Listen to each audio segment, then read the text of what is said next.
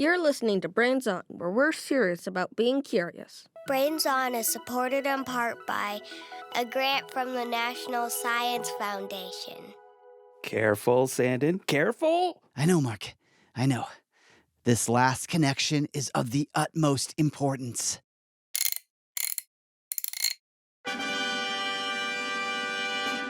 By Jove, I think we've done it. Oh, yeah.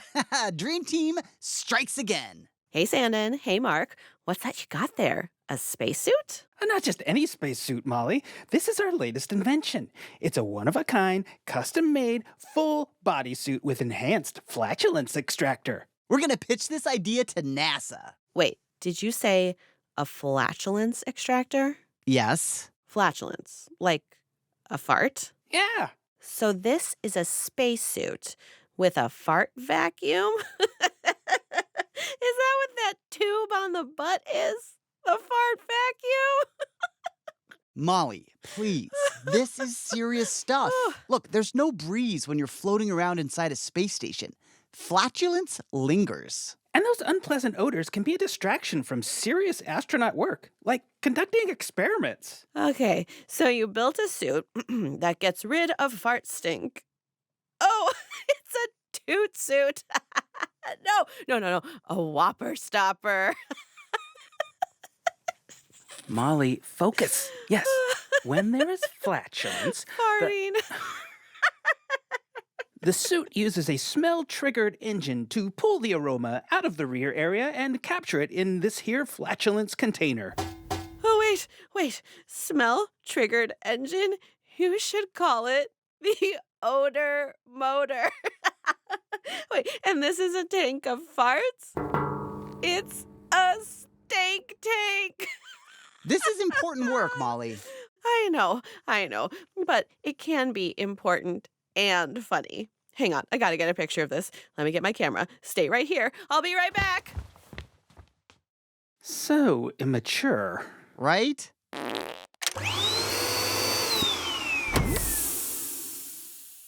I mean, Whopper Stopper is a pretty good name, though. Ooh, so good.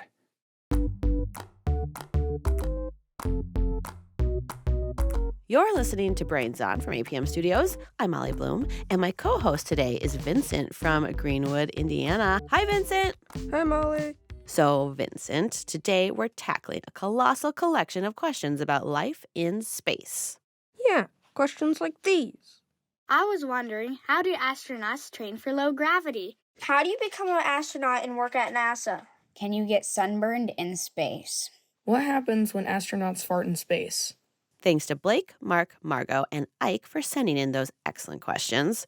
Vincent, I'm curious, would you like to travel to space one day? Yeah. Yeah? Where do you think you'd like to go? Mars or the moon? And how long do you think you'd like to stay up there? 6 to 7 months. I don't want to Okay. spend too much time up there. So what is it about Mars or the moon that you think sounds fun? For the moon, looking back at Earth. But for Mars, it'd be more like a colony building mission if I were to go there. Colony building mission. That is very cool. Can you tell me more about what that means? Basically just creating an outpost on a planet or maybe a long-term base. Colonies on other planets are hard just because of logistics. But if you can get the basics down, hydroponics, mining, and other stuff, then you can stay for longer. So you'd figure out how it would be possible to build a structure on Mars that people could actually live in. Xenocivil engineering. Whoa, I love that word. So do you think you would be interested in being an astronaut one day? Yeah. That's amazing.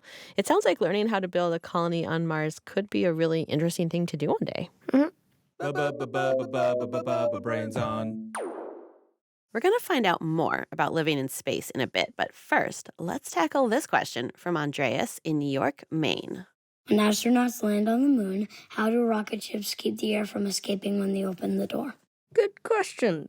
It's a lot to unpack. First off, the last time humans went to the moon was over 50 years ago in 1972. That was way before smartphones, before the World Wide Web, before SpongeBob. People listened to music on big black discs called records. They wore bright colors and bell-bottom pants. And if you were lucky, you might have had one of the very first video game systems in your home. Now, about those moon trips. They were planned by the U.S. Space Agency, NASA. There's no air on the moon, and there's no air in space either. So NASA had to think very carefully about how astronauts would breathe. When astronauts flew to the moon, they brought air with them in large tanks. As long as the astronauts were inside their ships, they could breathe just fine. To land on the moon itself, they used a special, smaller spacecraft that left from the main ship. Once they were on the moon, and when they went outside, they had to wear special spacesuits. Those spacesuits also had air in them, and they were sealed so the air wouldn't escape. But what about the air in that moon lander vehicle? When the astronauts opened the door, that vehicle was no longer sealed. And since air is a gas, it wants to spread. In this case, the air would spread to the outside and escape into space. And then there'd be no air left inside to breathe. Which is exactly what happened on that first trip to the moon. But don't worry, that was the plan all along. That's why they packed extra air.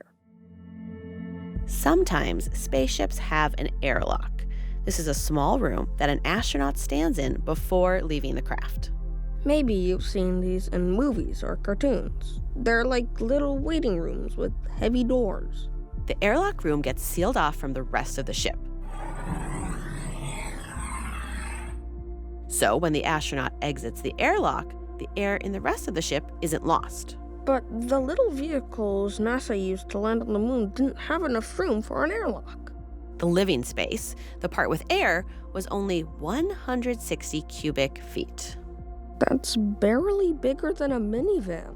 So instead of having an airlock, the astronauts decided to simply just let the air fly away into space, and then later they could fill the cabin up again. That's why they brought 2 tanks of air with them. Spare air.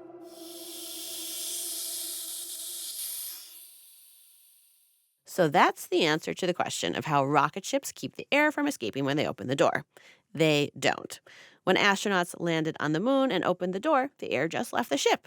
They refilled it later, but they had to be careful because they only had so much extra air. Yeah, when you're traveling in space, you have to take breathing very seriously. Yeah, you really do. And if that air gets fouled up with farts, you can't just open a window. I guess having a fart extractor would be pretty handy.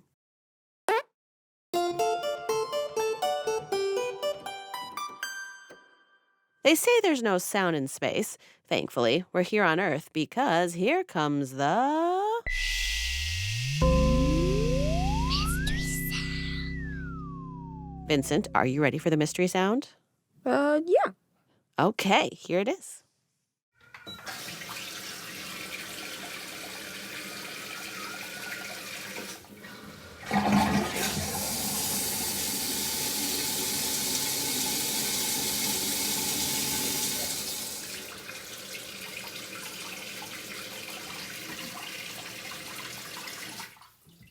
What do you think?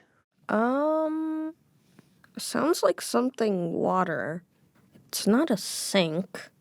It sounded like a toilet. Interesting. Yeah, I definitely heard water for sure. Do you want to hear it again? Yes, please.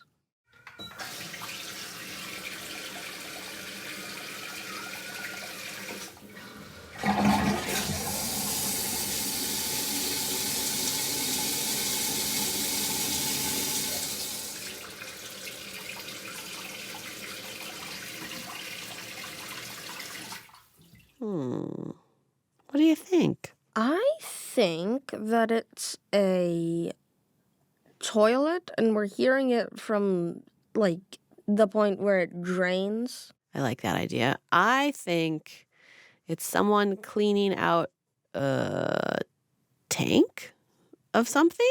A fish tank? That's attached to a toilet? We are going to hear it again and get another chance to guess after the credits. So stick around. Brains on. This is Brains On. I'm Molly. And I'm Vincent. Today we're answering your questions about space. So far, we've talked about how astronauts breathe in space, a very important part of staying alive. There's another important part of staying alive that I've been wondering about. What's that? Eating. What's the food like in space? That's a great question. These days, astronauts can enjoy meals that aren't too different from food that you and I might eat. But space wasn't always so full of culinary delights. In fact, wait, do you hear that? Molly, your shirt. It's becoming a purple sequined tuxedo jacket. Wait, that's my game show Molly jacket. Honestly, it looks great. Oh, thank you. Oh, my pants. They've gone all shiny and purple. And I have an astronaut helmet on. Oh boy, this can only mean one thing. I've become Game Show Molly in space. And here in the pocket of my purple sequin tuxedo jacket, I have a list of trivia questions about space food. Vincent, are you ready to play Space Scrub? Heck yeah! Okay, first I have to take this astronaut helmet off. It's really hot in here. Oh, much better. Okay, Vincent, here's your first question about space food in T-3, 2, 1. How did the first astronauts in the 1960s eat their meals in space? A, they took meal replacement pills, so like eating vitamins instead of eating meals. B, they squeezed food paste out of a tube into their mouths. C, daintily with a knife and fork. Or D, they sealed their heads into a special food chute. I think they had a tube. Answer B. Vincent, you are correct. They squeezed food paste out of a tube and into their mouths. Astronauts need to avoid crumbs and messy spills that might damage the electronics on a spacecraft. Food also has water in it, and that's extra weight for the rockets to carry. NASA's earliest solution to these problems was to pack food in the form of freeze-dried cubes and tubes of food paste. Cubes and tubes. Delicious. Okay, Vincent, ready for question 2? Here we go. What 2 types of tube food were brought into space by the first person to leave Earth's orbit, Russian cosmonaut Yuri Gagarin? Was it A, pureed meat and chocolate sauce, B, applesauce and chicken soup, C, tuna salad and oatmeal, or D, mashed broccoli and butterscotch pudding? I think something simple, because you don't want something that could go everywhere. True, true. Answer A. Vincent, you are again correct. Yuri Gagarin got to treat himself to a tube of beef and liver paste and a dessert tube of chocolate sauce for each meal while he was in orbit around Earth. It wouldn't be my first choice for dinner, but I bet the view was pretty spectacular. Okay, next question. In 1965, an astronaut named John Young snuck some food on a spaceflight that he was not supposed to bring. What was it? A, a whole roast chicken. B, a slice of pepperoni pizza. C, a waffle. Or D, a corned beef sandwich. Wouldn't anything hot just get really, really cold once you got up to the ISS? Good thinking. I think that answer D is correct. Vincent, you are so good at this. You are correct.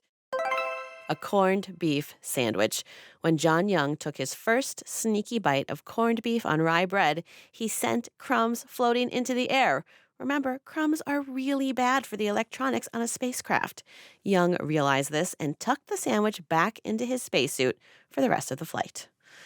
Okay, last one. This one's for all the space marbles. What was the first food grown on the International Space Station? Was it A, bananas, B, chili peppers, C, romaine lettuce, or D, potatoes? Bananas and chili peppers have, I think, really specific conditions for growing. And potatoes are pretty large. So I think answer C. Excellent reasoning, Vincent, and you are correct. Correct! In 2015, astronauts aboard the International Space Station grew lettuce to test how space might affect plant growth. The very low gravity on the space station made the plants really stressed out, and they grew really bitter-tasting leaves. So, the space lettuce actually tasted more like arugula to the astronauts who sampled it. These days, many meals on the International Space Station are still packaged and freeze-dried. They still need to weigh as little as possible, but the food itself is much more like the food at home on Earth. Astronauts can snack on dried fruit or beef jerky, and when it's mealtime, they can add water to rehydrate pouches of food like macaroni and cheese or cream of mushroom soup. Fresh food is delivered to the station by space shuttle every few months. Personally, I'm glad space food has more options than just tubes of paste and freeze-dried meat cubes. Me too. I would definitely try space mac and cheese, though. Same. Hey, your outfit is back to regular podcast, Molly. Oh, that's good. Oh, but I do somehow have purple sequins in my pants pocket, though. Brains Speaking of stuffing your face in space, we asked you what meal you thought would be hardest to eat in space. And you sent us a buffet of brilliant answers. My name is Lulu, and I live in Austin, Texas. And the food that I think would be hardest to eat in space is a peach. My name is Audrey, and I'm from Clive, Iowa. I think the hardest thing to eat in space would be like chunky soup because it's hot liquid, and that could be bad. And there are chunks that could get stuck in something, and that would also be very bad. It could damage something. I think the hardest thing the astronauts would eat in space would be curry rice because it's liquidy and they'd have to hold the bowl. Hi, my name is Warren. And I think it would be hard for an astronaut to eat soup because it's really watery. My name is Audrey from Oregon. I think the trickiest food to eat in outer space is sushi because the toppings would fall out. Hi, my name is Logan. The hardest food that you can eat in space is hot cocoa. Why? Because it would spill everywhere. I think the hardest thing to eat on a spaceship is chips and salsa. Also, I love chips and salsa.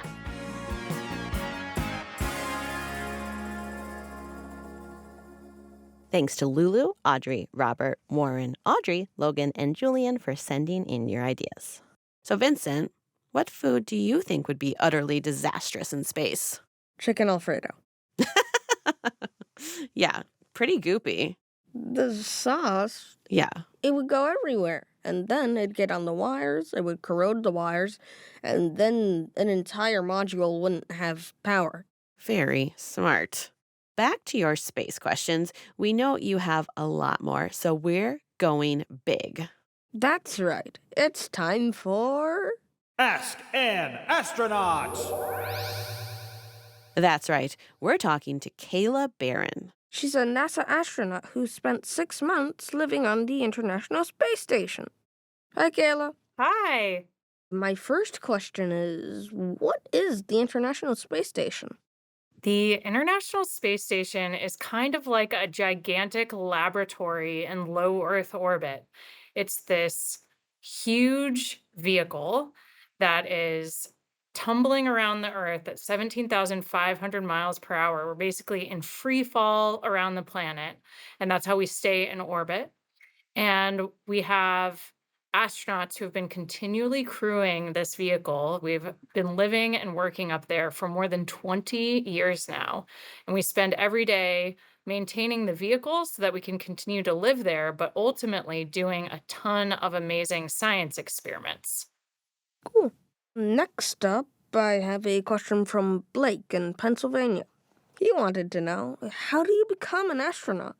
The only thing you really have to do to become an astronaut is study something in a STEM field. So science, technology, engineering, or math. You need a college degree, a master's degree in one of the tons of fields in those areas. So you have microbiologists who study cave slime, planetary geologists who study distant planets like Mars. My background is engineering. I studied control systems and robotics engineering and then nuclear engineering, and then I served in the Navy.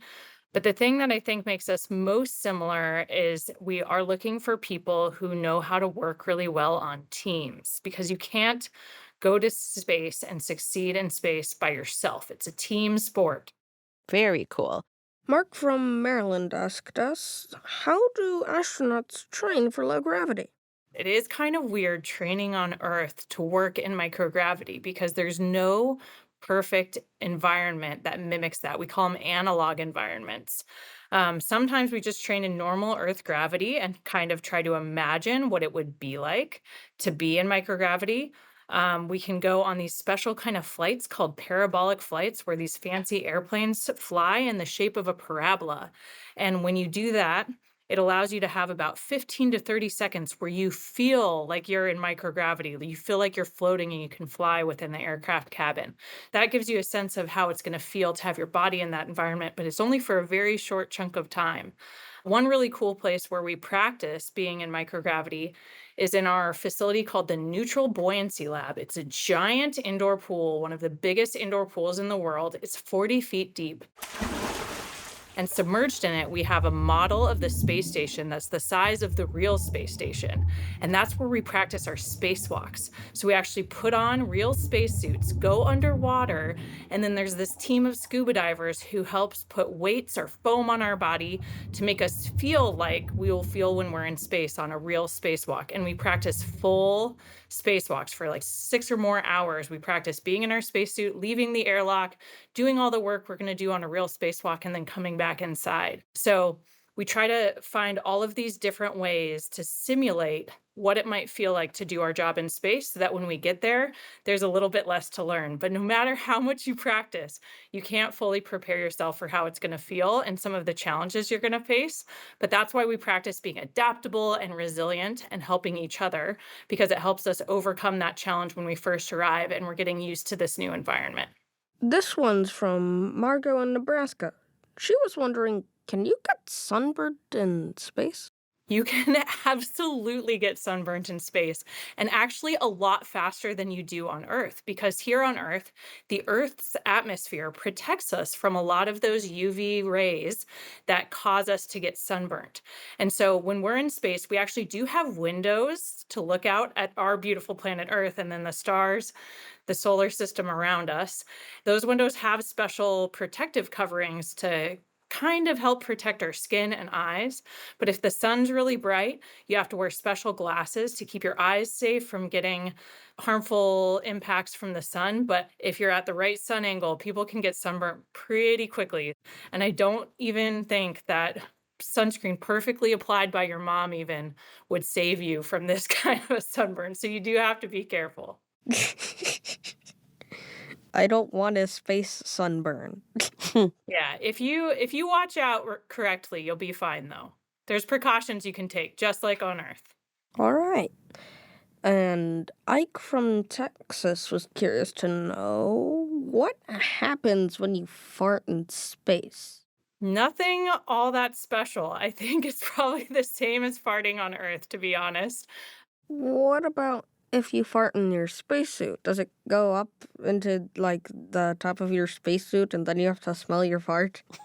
Luckily, no. The spacesuit is kind of like a tiny space vehicle. You take everything out with you that you need to stay alive, including fresh air, fresh oxygen. And so we breathe out carbon dioxide. But if you have too much carbon dioxide that you're breathing in, it can actually make you feel really sick and hurt your body. And so when you're in a spacesuit, we flow 100% pure oxygen from the back of our helmets towards the front. And that delivers fresh oxygen for us to inhale. And then when we exhale carbon dioxide, it pushes it down towards the bottom of our spacesuit. Everything's flowing down from your head to your feet, basically, and then being reprocessed so that it removes anything that's stinky stinky or any carbon dioxide before it blows back over your face. So it would be a pretty safe spot to have some stinky smells in your spacesuit because they'd never make it to your nose. Okay, I have one more question for you, Kayla. What happens if astronauts get sick while they're up on the space station? So we are actually really well trained for all sorts of things that can happen. When you're living up there for 6 months, you have to be ready for everything, including getting sick. So we do a couple of things. We take precautions before we go to try to be as healthy as we can be. So we actually have this process called quarantine, which everyone is more familiar with now that we've faced pandemics like COVID-19. But basically, in the 2 weeks before we launch, everybody who's going to be anywhere near the crew members has this like strict protocol where you don't go out in public. You're kind of like in a little bubble of people. So we try not to take any colds or germs from Earth with us to the space station. And that's mostly to protect the crew that's already there. Because once you're there, your immune system, it changes due to the space environment. It becomes less strong at fighting things off, but you're also not exposed to the normal everyday things that help train your immune system to keep you healthy. And so we don't want to get the astronauts who are already on the space station sick when we bring up all of our germs from Earth.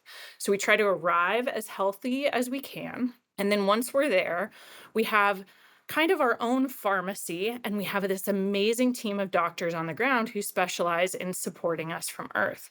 So we're able to do telemedicine. We have a lot of diagnostic equipment, whether that's testing for certain kinds of illnesses. We can do ultrasounds, all sorts of different things. And we also get our own medical training to support each other. So sometimes we have doctors who become astronauts and they go to space with us. So on my crew, we had Tom Marshburn, who was an emergency medicine physician before he came to NASA.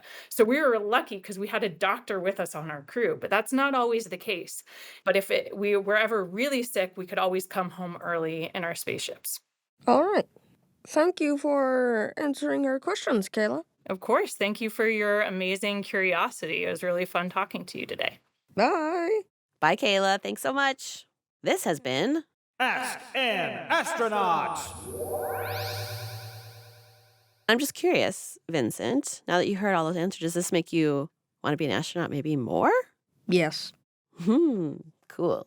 What about it made you want to be an astronaut more? Mostly the farting part. I don't want to smell my own farts while on a 6 or 7 hour spacewalk. Yeah, so now you know. You'll be fine. It's perfect.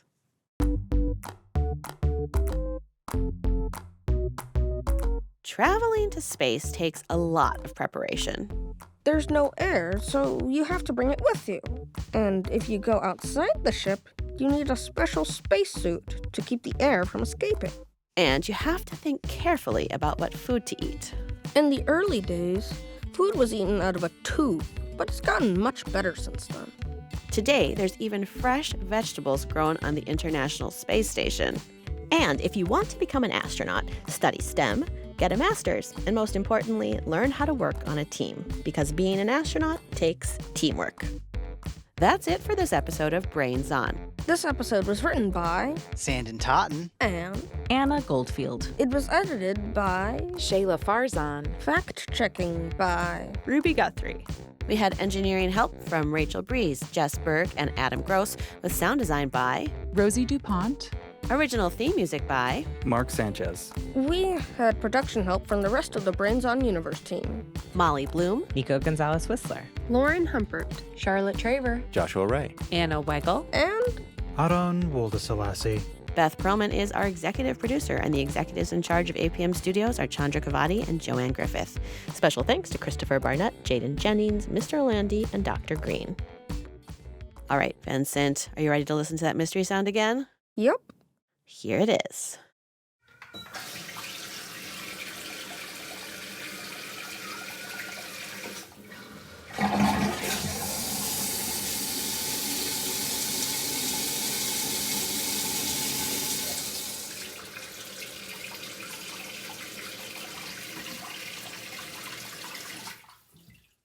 I hear a whistling in the background. I heard that too this time. What do you think? It could be like sucking something out of a tube or a tank using a tube, but not completely. Okay, what's your final guess before we hear the answer? Emptying of the back of a toilet. Maybe someone's doing some plumbing?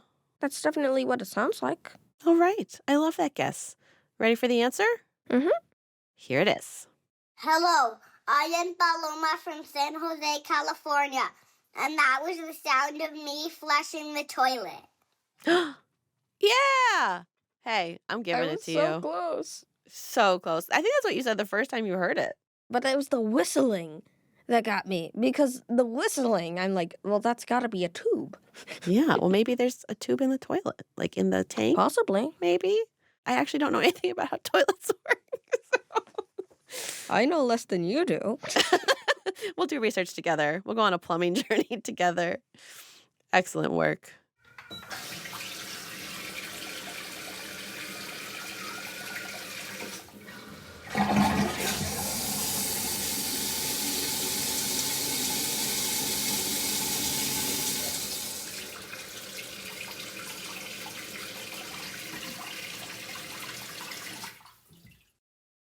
Thanks for listening.